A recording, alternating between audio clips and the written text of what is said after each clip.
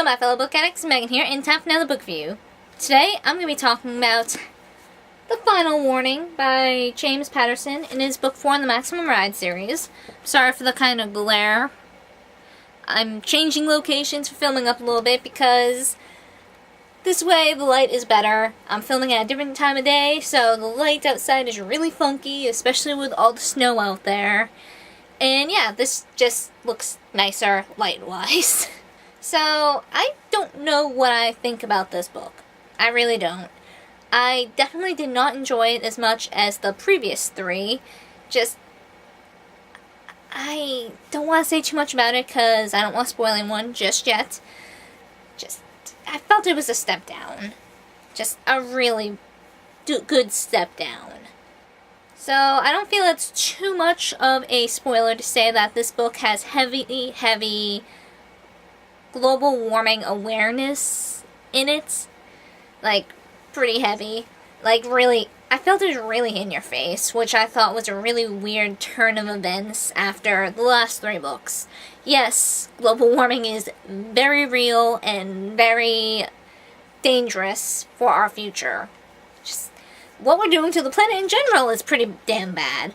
But to have it just randomly thrown in our face in this book, when the previous three books were so kick-ass and just action-y and just had no hints of this at all, I just felt it was kind of a weird turn. And I think that kind of threw me off of the book a bit. Though, you know, I'm all for global warming awareness and saving the planet and everything, I just felt it was a really, I don't know, it was a weird turn. So that's really all I'm gonna give without going into spoilers. Since, you know, this is the fourth book in a series, there's really not much I can say without giving spoilers. So yeah, if you haven't read this far in the book yet, stop now and come back later.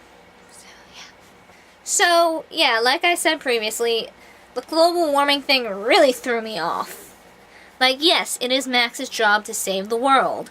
And, you know, it'd be interesting if global warming was a part of that, you know, trying to bring awareness to it and try and slow it down.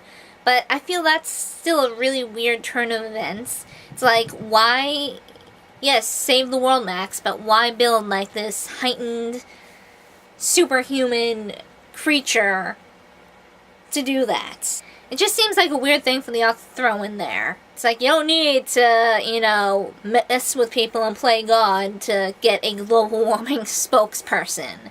Or spokesbird kid in this case. So, you know, we start the book off. The flock is having a funeral for Ari, which is really sad.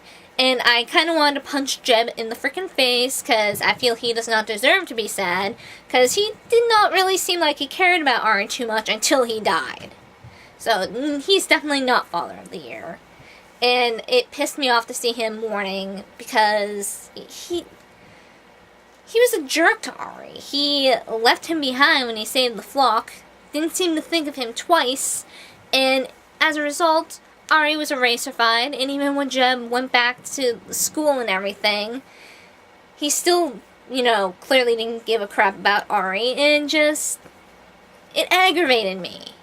You know, the flock is still in danger, the people still coming after him. So, you know, in an attempt to kind of keep them safe and have them do some good, Max's mom kind of hooks them up with this researching group who are going down to Antarctica to, you know, study the ice and basically try and find proof that global warming is real and it is serious business.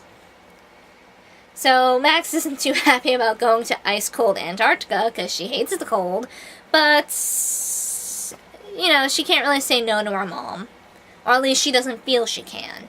So, the flock go to Antarctica.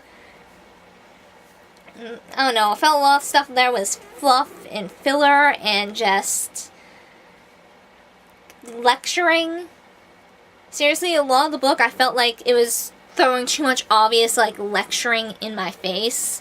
It's like, yes, okay, yes, global warming, bad, I get it.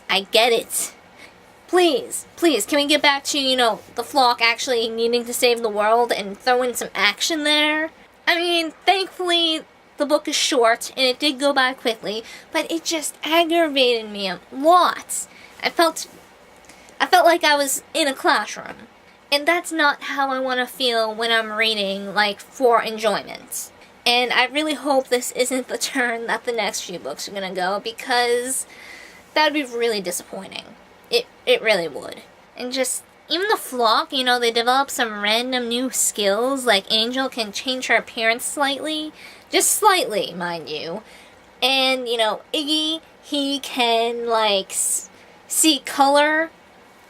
Iggy can feel color by touching it, but if he's, you know, against a pure white landscape, like, say, a crap ton of snow, he can see things that aren't snow, that are in front of the snow, and Nudge can attract metal now, and it's like, what is the point of all these things? Did you just want to change things up and have them randomly develop new abilities, just randomly?